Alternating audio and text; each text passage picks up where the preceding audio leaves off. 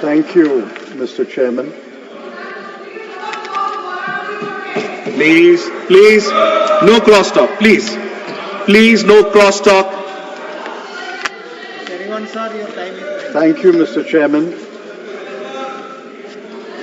I realize that I am following the Leader of the Opposition, Shri Kharge ji, who in an elaborate speech has covered almost all aspects of the subject. Close. Little close. Yeah. Almost all aspects of the subject. It's okay. Hmm? It's okay. Mic is not working. Mic is not... Mic is not working. It's working. It's working. Sir,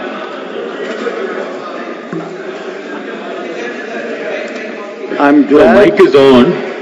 that we are eventually discussing Operation Sindoor. Ever since Operation Sindoor ended, we have been demanding that a special session of Parliament be called and to discuss Operation Sindoor. But the government, for reasons best known to it, refused to call a special session. All over the world, in every democratic country, where a war has taken place, even during the war, Parliament is in session. Example is the United Kingdom. And certainly after the war, the Parliament is convened to discuss various aspects of the war.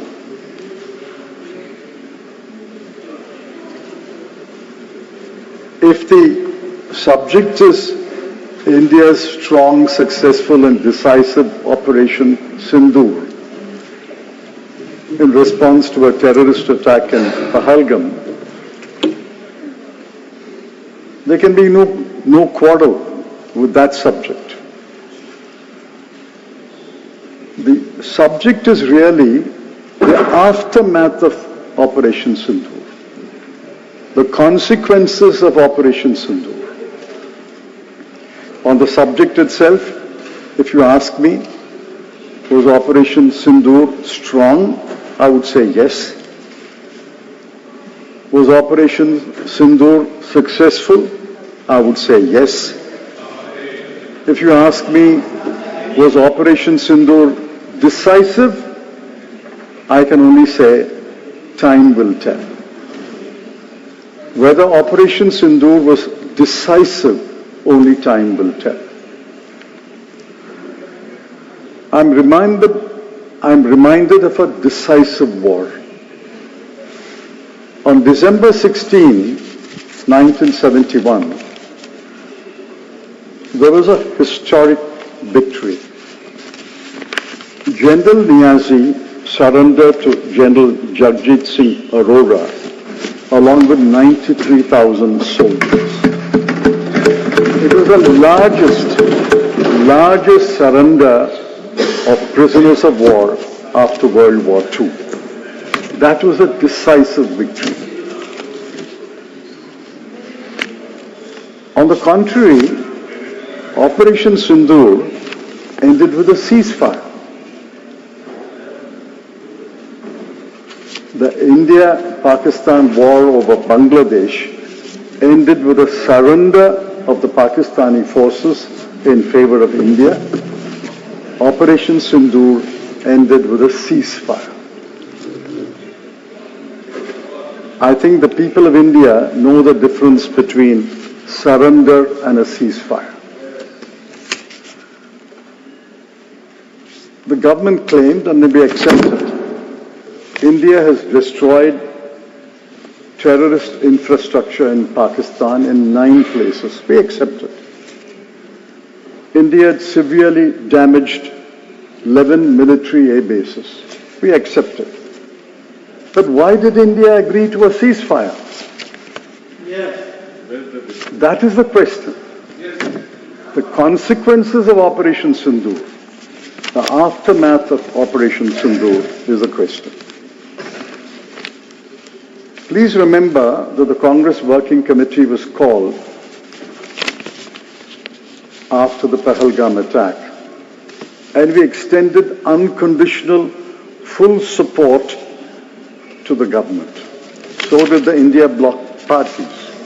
Nobody had any reservation in entrusting to the government full authority, full power, and full support to take whatever action it chose fit. I wrote 2 columns on May 4 and May 11. In fact, a couple of my friends commented that the column was very soft on government. I said maybe, but this is consistent with my party line. This is consistent with my belief that in a war-like situation, we must trust the government, we must repose faith in the government, and allow the government to take whatever action it needs to take. I must record that the military leadership of India was exemplary. Let me repeat. The military leadership of India was exemplary. And not only during Operation Sindoor, but after Operation Sindoor, the military leadership has been candid and forthright.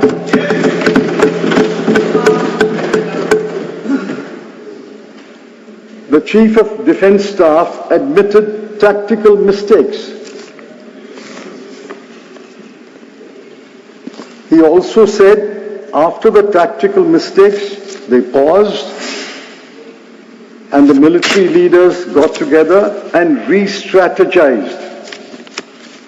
He admitted losses, which is why, while I call the CDS and the other military leaders, their leadership exemplary, I call them candid, forthright, and transparent, because he admitted tactical mistakes, re-strategizing, and admitted losses. The Deputy Chief of Army Staff admitted that Chinese aircraft had been deployed.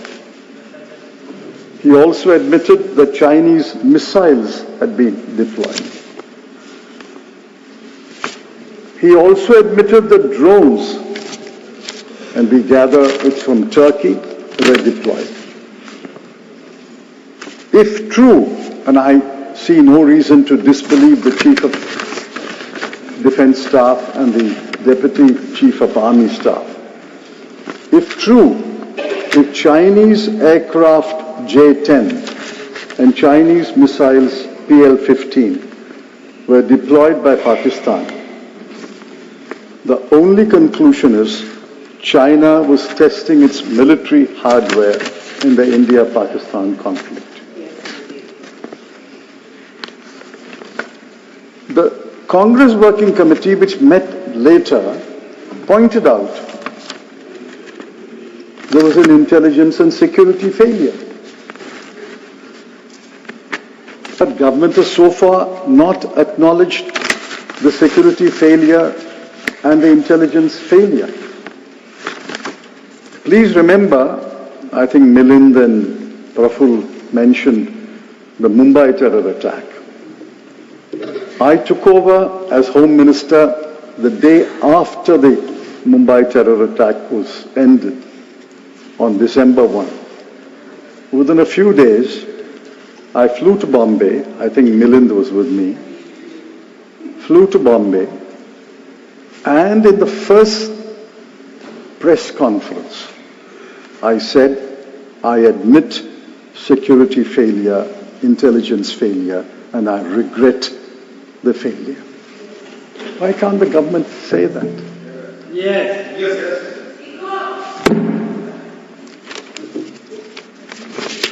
We also did a number of things. We also, to borrow the word of the Chief of Defence Staff, re-strategized.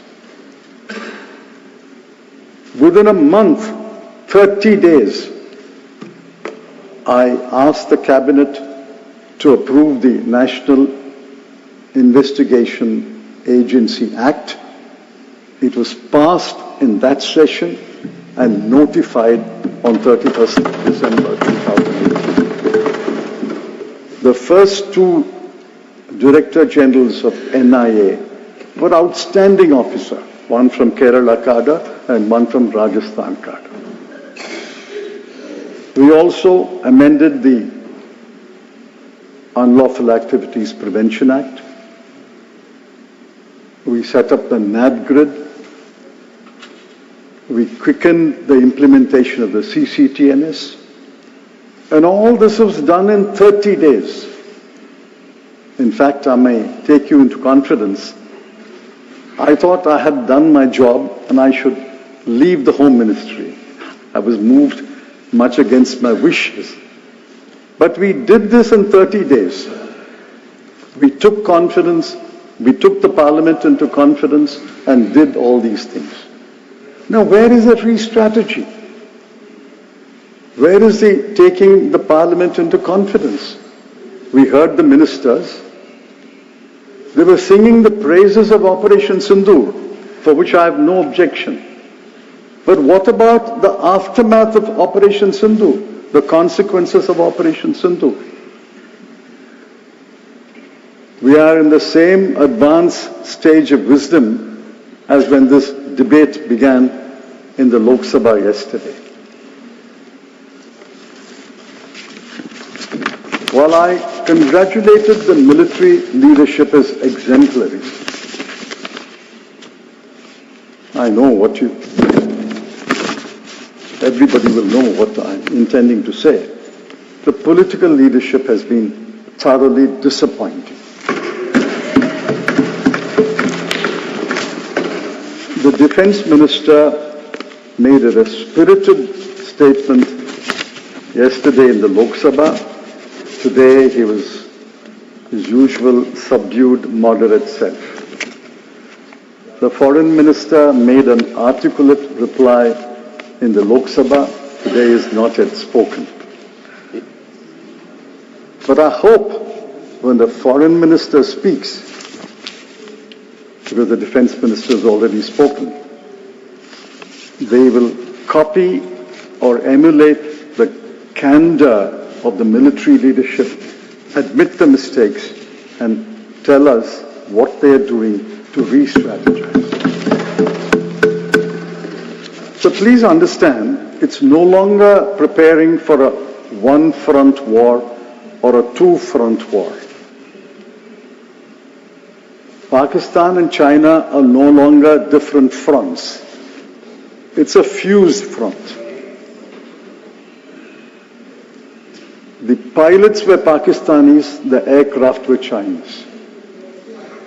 The finger was Pakistani military leaders, the missiles were Chinese. The operator was Pakistani, the drones were from Turkey. Where is your plan? To fight not a one-front war, not a two-front war, but a fused front war of India fighting Pakistan and China fused together. Look at our neighbors. All our other neighbors are relatively peaceful.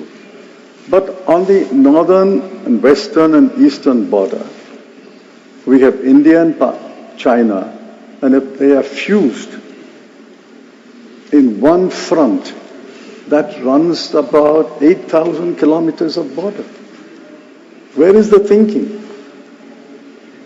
Where is the hint of a thinking? So, after Operation Sindoor, the Foreign Secretary and his wife were told daughter was trolled. The Chief of Defence Staff was trolled. And I asked the government, did they not rise to his defence? I didn't hear their rising to their defences. The CDS carried out the instructions of the government and successfully conducted Operation Sindoor. The Foreign Secretary was reporting the political decision to agree to a ceasefire. But to my great regret, the Foreign Secretary and his daughter were trolled. He had to shut down his social account, and the CDS was trolled. But I didn't see the political leadership rising to the defense of the military leadership. Sir, I move to another aspect of the consequences of Operation Sindoor. We sent delegations. The Congress Party also sent its members. I think the MPs as best a job as they could do. But look at the context. During and after Operation Sindoor, mark my words, during Operation Sindoor, May 7th to May 10th, and after Operation Sindoor, on 9th of May 2025, IMF approved $1 billion to Pakistan under the Extended Fund Facility, bringing the total disbursements to $2.1 billion. India sits on the 18-member committee of IMFC, International Monetary Fund Committee. We did not vote against the proposal. We abstained. Why? Why did we abstain? Should we not have voted against the proposal? By saying Operation Sindoor is going on and you are giving money for what? That money will fuel the war. On 3rd of June 2025, Asian Development Bank approved a loan of $800 million. Recently, the World Bank decided to lend $40 billion over a 10-year period. So who in the World Bank, who in the Asian Development Bank, who in the IMF is standing by us? US and China, otherwise rivals, voted in favor of all the proposals. They didn't abstain. They voted in favor of all the proposals. India did not vote against, but abstained. Is this the political leadership that the military leadership deserves? Is this the political leadership that India deserves? Is this the political leadership that pays tribute to the soldiers and the warriors who carried out Operation Sindoor? Worse, many members have mentioned, Pakistan has been elected as chairman of the UNSC Taliban Sanctions Committee. Pakistan has been elected as a vice chairman of the UNDC Counter-Terrorism Committee. This is the greatest irony. I'm sure Pakistan is being elected vice chairman of the Counter-Terrorism Committee.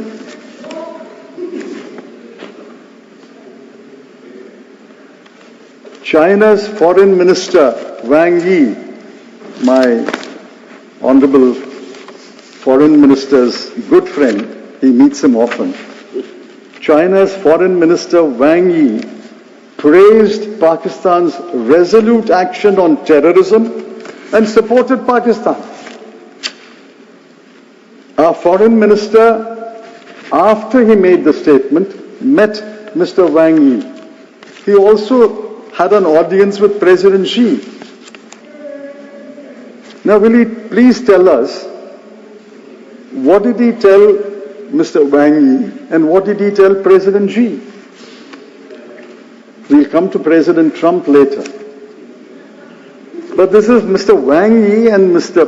President Xi who support Pakistan, praise Pakistan's resolute action on terrorism. What did we do? And I ask most humbly, I may be wrong, the foreign minister can correct me. We sent delegations to so many countries.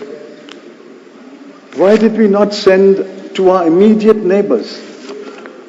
Nepal, Bhutan, Myanmar, Sri Lanka, Maldives, Mauritius. Have we given up on our immediate neighbors? And besides, the further question arises, we send delegations to so many countries. Everyone condemned terrorism, sympathized with the victims in India. But which country condemned, named and shamed Pakistan? I have scoured through the newspapers. To the best of my knowledge, and I'm willing to be corrected, is there a single country which condemned Pakistan, named Pakistan as a terrorist country? Sir,